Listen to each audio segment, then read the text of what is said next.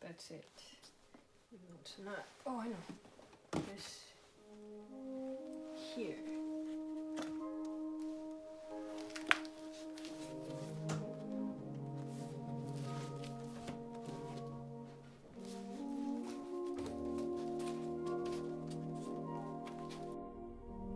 The Jewish Faction by Joseph Sobran. Part 1. Jews in America are often spoken of as a minority. So they are, in more than a numerical sense, as I will explain. But despite their small numbers, they are also a powerful faction, though the term faction is rarely applied to them. In Federalist Number 10, James Madison gave a famous and useful definition of the word. Quote, "By a faction, I understand a number of citizens, whether amounting to a majority or a minority of the whole, who are united and actuated by some common impulse of passion, or of interest adverse to the rights of other citizens, or to the permanent and aggregate interests of the community." Unquote. The organized Jewish faction is what I call the tribe. It's a bit more specific than the Jews, but it includes most Jews, who, as many opinion polls show, overwhelmingly support the state of Israel, and furthermore, overwhelmingly favor progressive causes like legal abortion, sexual freedom, and gay rights. What is striking about the tribe is not that its positions on such matters are necessarily wrong, but that they are anti-Christian. They are even anti-Judaic, in that they contravene the moral code of Moses. Jews today define themselves formally by descent, or, less politely, race, though the term is taboo, rather than by religion, and less formally, by antagonism to Christianity. It would be inaccurate to say that the tribe adopts certain social attitudes and political positions even though these are repugnant to most Christians. It adopts them chiefly because they are repugnant to Christians. Within the tribe, one of the worst sins a Jew can commit is to become a Christian, as witness Jewish hostility to Jews for Jesus. An irreligious or atheist Jew may claim Israeli citizenship at any time, but a Jew who has converted to Christianity may not. This antagonism is so predominant that the tribe opposes not only government endorsements of Christianity, but even the public exaltation of the Old Testament, as in displays of the Ten Commandments on public property, because Christians have adopted it too. The Judeo-Christian tradition is a sentimental myth, treasured by many Christians, but by very few Jews.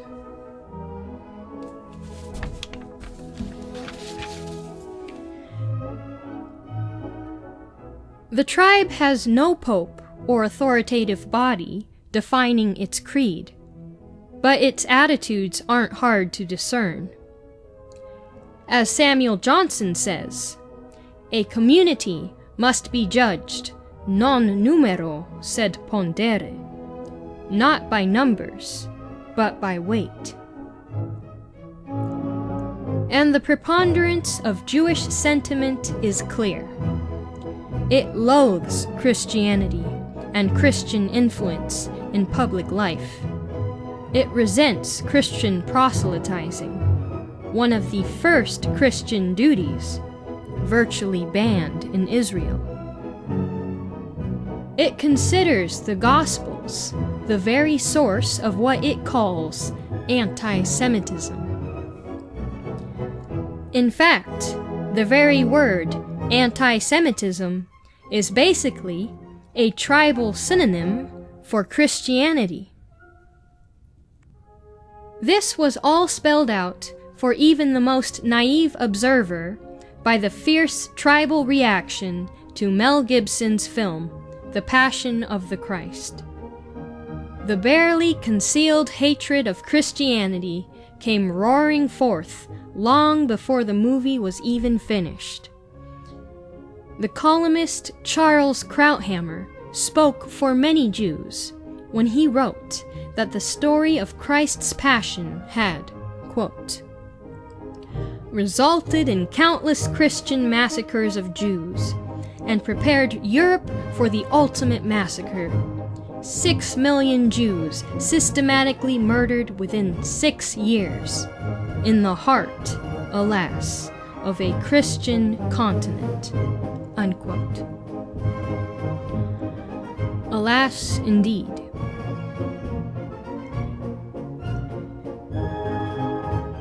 That Christianity caused the Holocaust, along with countless other Christian persecutions of Jews for almost 2 millennia, was a given for Jews commenting on the film. Abraham Foxman of the Anti-Defamation League, along with other Jewish leaders, flatly predicted that Gibson's film would cause hatred and violence against Jews, implying, of course, that Christians are fully capable of such rabid conduct even now, though it would be directly contrary to Christian doctrine. William Safire of the New York Times virtually blamed the Holocaust on Christ himself, citing the words, quote, "I come not to bring peace, but a sword," unquote, as evidence of Christianity's inherent violence. Since the allegations about the past are never more definite than Krauthammer's unspecified countless, would that be more or less than 6 million? We are dealing here not with genuine historical memory, but with a mythological caricature of Christian history that still obsesses the tribal mind, both shaping and expressing its present feelings. So much for interfaith dialogue. As Rabbi Jacob Neusner has observed, for most Jews today, Auschwitz has replaced Sinai as the definitive moment in the Jewish past. And Auschwitz is projected all the way back to Calvary.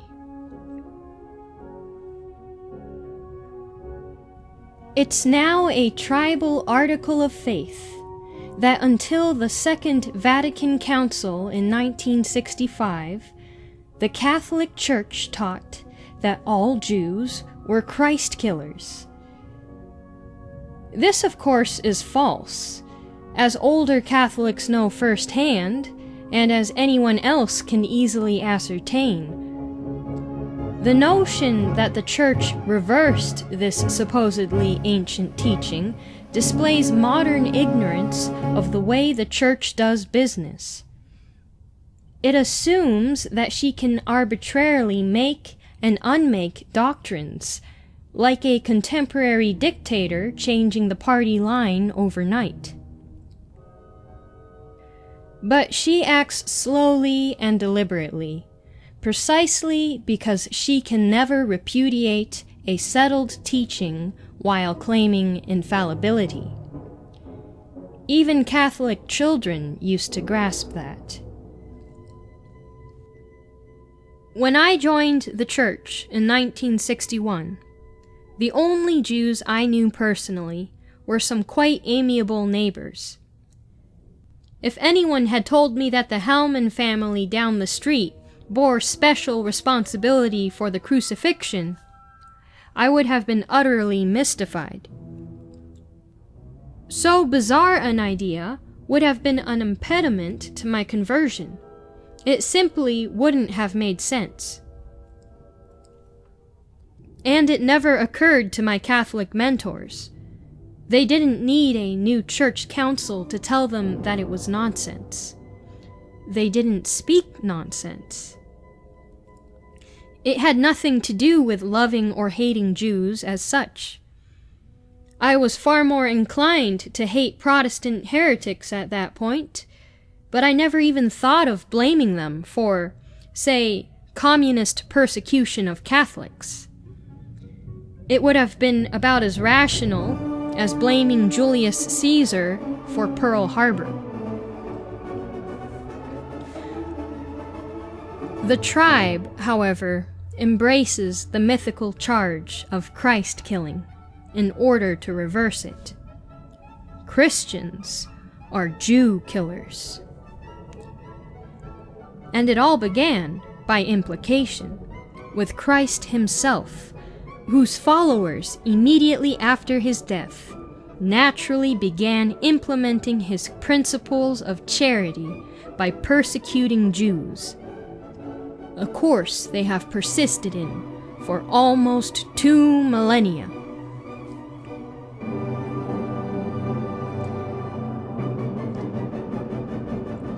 Astute readers will sense a discrepancy here. Christians were in no position to persecute anyone for nearly 3 centuries, until the conversion of Constantine in Anno Domini 313. Meanwhile, they suffered some pretty severe persecution themselves. According to the Acts of the Apostles, it began with the Jews, who rejected Christ and tried furiously to exterminate the infant church. We also know this from the testimony of one of the persecutors themselves, the turncoat Saul of Tarsus, whom we know as St. Paul. Paul himself died as a result of charges brought by the tribe before Roman officials, just as Christ had. The tribe's cohesion and survival over the 2 succeeding millennia has often seemed miraculous, even to Christians. By a fine irony, the Talmud claims credit for Christ's death beyond what the Church has actually taught. It says that our sages justly condemned him to death as a sorcerer, not even mentioning a Roman role in the event. The Gospel of John merely says that his own received him not, and the creeds say that he suffered under Pontius Pilate, passing up golden opportunities to affix tribal guilt at the outset. At any rate, Christians knew from the start how the tribe felt about them, and nothing has changed since then except that today's Christians have become remarkably naive about it. Christ tells us to forgive our enemies, but he doesn't ask us to pretend that they are our friends. He predicted persecution as a natural price of discipleship. Hence, we are to be wise as serpents, but harmless as doves. Christians have often failed on both counts, but the guidelines are clear enough. In fact, Church officials have often condemned popular Christian outrages against Jews, the worst of which occurred during the Black Death of the 14th century. Not only Christian charity, but worldly common sense could see that the Jews were being victimized by a superstitious fury, a madness brought on by inexplicable calamity. Anyone who concentrates on the tribe risks losing his sense of proportion. This includes, preeminently, the tribe itself. If the history of Christian Europe is the history of persecution of Jews, the first question that naturally arises is why the Jews have chosen to live in Europe for so many centuries. If you were wanted for murder in Detroit, why would you choose to move to Detroit, of all places on earth? Why have diaspora Jews persistently settled in Christian lands, instead of rushing en masse to their homeland in the Middle East, the Holy Land itself? Next year in Jerusalem? Why, as Dodger fans used to say, wait till next year? May I utter here, in the privacy of my own newsletter, the dark and reactionary suspicion that the perpetually plaintive tribe was actually content to live in Christian lands?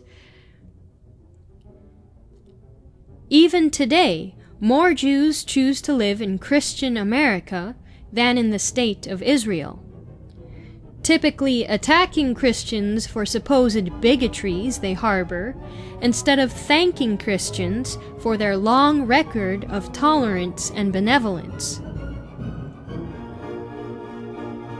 Again, the tribe seems, by its own account, to have a long and puzzling tradition of migrating to anti-Semitic countries.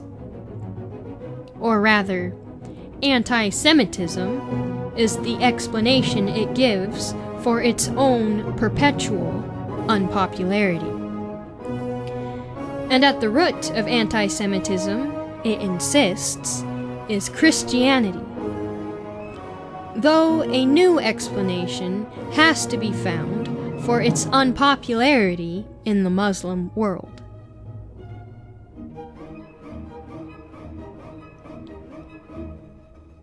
Enough already.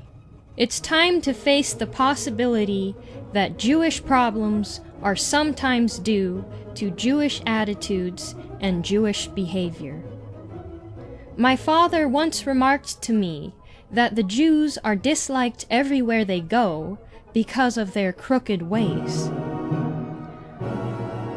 Though, as I later learned, Dad had been an altar boy, he said nothing about Christ killing. He'd long since left the church, and he didn't particularly care who had killed Christ. As a matter of fact, he didn't particularly dislike Jews, but he did think it was their ethics, not their biblical record, that had earned them their low reputation.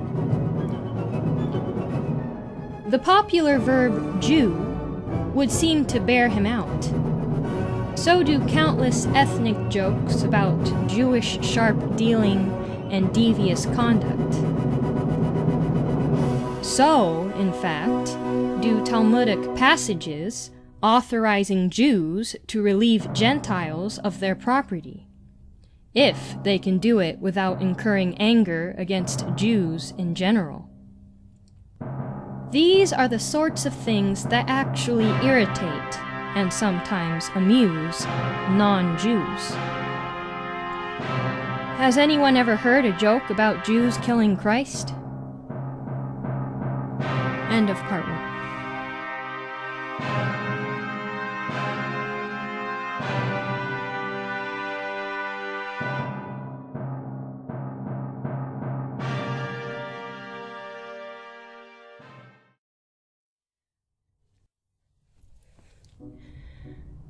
This is part 2 of The Jewish Faction by Joseph Sobran.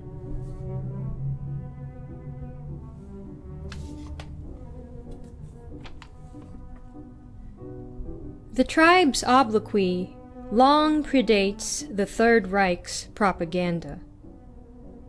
Government libel campaigns, a feature of the modern world of mass communication, rarely succeed for long. Even popular myths die out over time. But a durable reputation, lasting over many centuries, is hard to account for unless it contains some truth confirmed by experience. Few Christians have said that the Jews killed Christ. They have always said that the Jews rejected Christ, as indeed Jews still do. The tribe itself makes rejecting Christ a defining feature of Jewishness, even more than adhering to Judaism. Where does the charge of Christ-killing show up in Christian culture? I have done a bit of spot-checking in English literature during the Christian era, in 3 famous stories about Jews.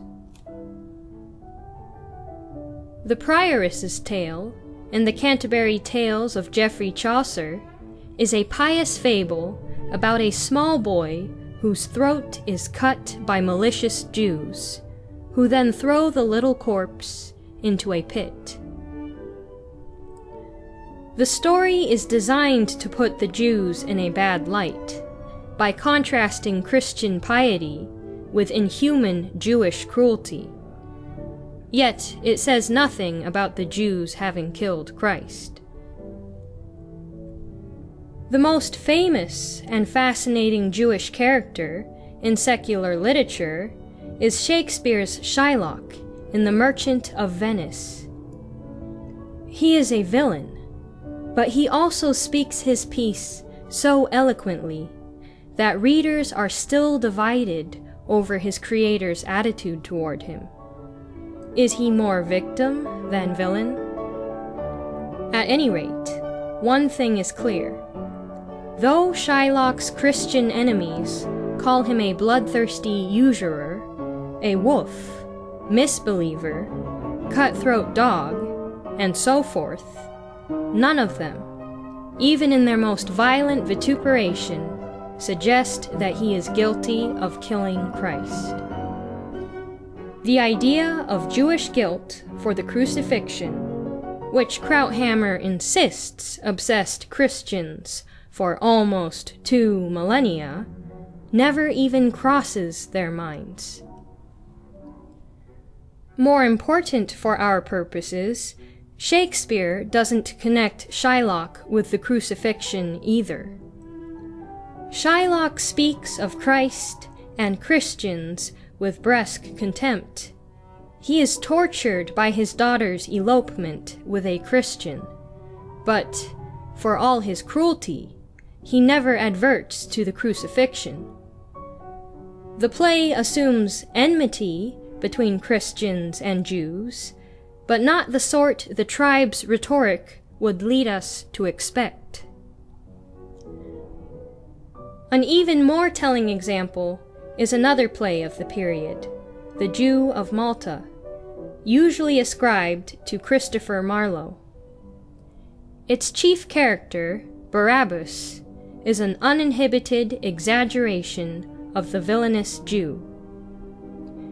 He walks abroad at night, poisoning wells for the sheer, gleeful pleasure of it. He poisons his own daughter for becoming a Christian nun. His cunning malice, comic in its sheer extremity, knows no bounds. In contrast to Shylock, Barabbas is robustly implausible. Yet nowhere in the play is there any hint of the theme of Christ-killing. That would be beyond even this absurd Christian fantasy of the hate-crazed Jew.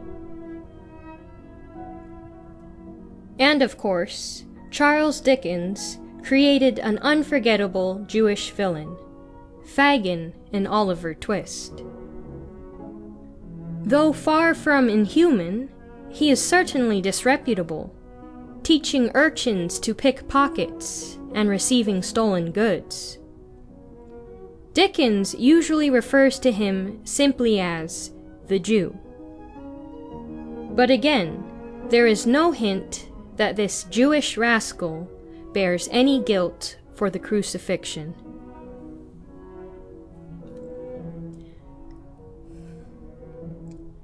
Hilaire Belloc and G.K. Chesterton, two of the greatest Catholic writers of the last century, were often critical of the Jews. Each wrote a book about them, and today are routinely referred to as anti-Semites. Neither of them accused the Jews of killing Christ. In fact, both sought solutions to the Jewish problem, which would be fair to Christians and Jews alike. Chesterton was pro-Zionist, Belloc anti-Zionist, and both spent many pages defending the Jews against common charges. But neither of these alleged bigots thought the accusation of deicide was worth mentioning, either to assert or to refute. In truth, the charge of Christ-killing is hard to find anywhere, outside of schoolyard taunts. Yet the tribe remembers it, just as innumerable baseball fans used to remember seeing Babe Ruth's legendary and apocryphal called shot in the 1932 World Series, the most famous home run never hit. Such non-happenings are a regular feature of tribal memory, as witness the many testimonies of Holocaust survivors that have turned out to be delusions or outright forgeries. A large proportion of the tribe is still absolutely convinced that Pius XII was Hitler's pope, despite mountainous and mounting evidence to the contrary. Hitler's media called Pius the Jews' mouthpiece. Similar bogus memories of victimization surround the state of Israel. Far from facing extinction in 1948, Zionist Jews enjoyed great military superiority to the Arabs and ruthlessly drove the native Palestinians from their homes with liberal applications of terrorism. Since then, the Jewish state has behaved according to the harshest Jewish stereotypes, deceitfully, parasitically, and cruelly. It was supposed to provide Jews with a safe haven from persecution, where they could at last be self-sufficient. Instead, it has depended for its survival on foreign aid, chiefly American. Proclaiming democracy and equality, it has imposed racial tyranny of the sort the tribe roundly condemns everywhere else. And it has failed in its whole original purpose of ensuring Jewish safety. Despite its military power and nuclear arsenal, it has engendered such hatred among Arabs that Jews are afraid to go there and fret for its survival.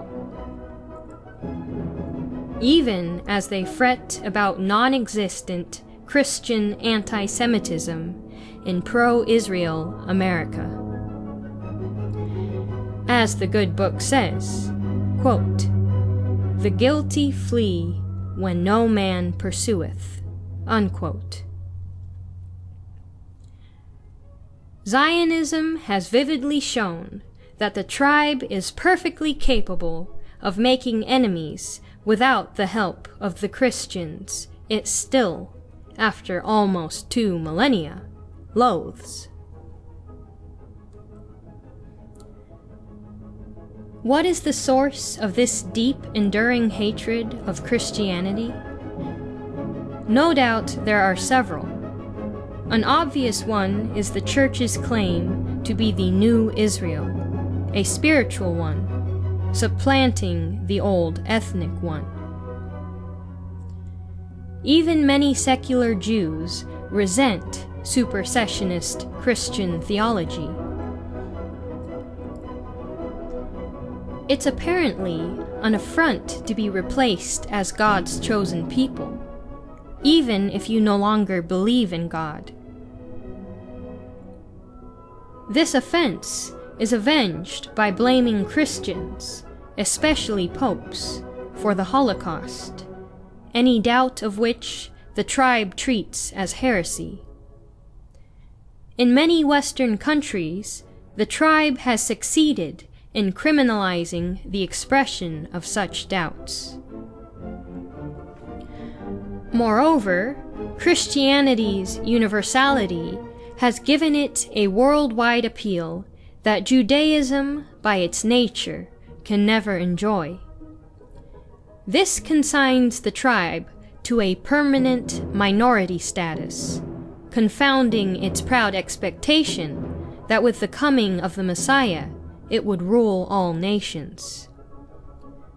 Worse, Christians take it for granted that their ethic is immeasurably superior to that of the Jews. This isn't even debatable, for the tribe can find no ground for persuading Christians that the Jewish ethos is better. Just as the dwarf is obsessed with height in a way people of normal size can hardly imagine, the tribe is obsessed with its marginal minority status, which it experiences as victimization, imagining slights and insults, anti-Semitism, even when none are intended. Its inverted pride expresses itself in claims of persecution. The Jews are still chosen, if only for a singular Christian hatred. The emergence and military power of the Zionist state have partly assuaged this ressentiment, while Arab hatred and Western disapproval have also reinforced the feeling of persecution. A subtle twist on this theme is offered by John Murray Cudahy in his book, The Ordeal of Civility. For the Jews, argues Cudahy, adapting to the modern West has indeed been an ordeal, as they have found themselves regarded as backward and crude against the refined standards of Western Christian man. Such Jewish ideologies as Marxism and Freudianism are disguised apologias for the Jews, denying the superiority of Western standards. For Marx, capitalism boils down to mere greed, while for Freud, romantic love boils down to mere lust. Both view Western manners as mere hypocrisy, self-deluding airs put on by the Goyim. Marxist and Freudian reductionism have had tremendous attraction for Jewish intellectuals, and not a few Gentiles who feel alienated from the Christian world. The exaltation of alienation has been the distinctive achievement of the tribal intellectual. To be alienated is to be superior, chosen. There is something richly symbolic in the creation of the State of Israel, where an alien population has claimed the right to dispossess the native one. Here is the psychic tribal drama played out in the real world, with the usurpers of Palestine brazenly calling their regime a democracy, while feeling victimized by the angry population they've robbed and murdered. President Bush sometimes says that minority children suffer from the soft bigotry of low expectations. They get the message that nobody expects them to achieve anything, so they don't even try. The very term minority now signifies a group not only recognized as having what Cudahy nicely calls accredited victim status, but felt to be incapable of meeting normal standards of conduct. Polish Americans, for example, are a numerical minority, but not a minority in this subtly condescending sense. One might also speak of a soft anti-Semitism of low moral expectations. Most Gentiles respect Jews for their intelligence and ability, but they have also come to take certain kinds of Jewish misbehavior for granted. Israeli racial supremacism is assumed as inseparable from Israel's right to exist. Loose Jewish charges of anti-Semitism, especially against Christians, are likewise so predictable as to cause little surprise or outrage. In public life, at least, the tribe has embraced this baneful form of minority status, and the implicit contempt that goes with giving up hope of normal civility. As with other minorities, the Christian habit with the tribe is simply to pretend not to notice obvious and distressing things. This, we assume, is just their nature. They aren't going to change. Maybe they can't help being this way. This is what interfaith dialogue has come to: Christian despair and surrender.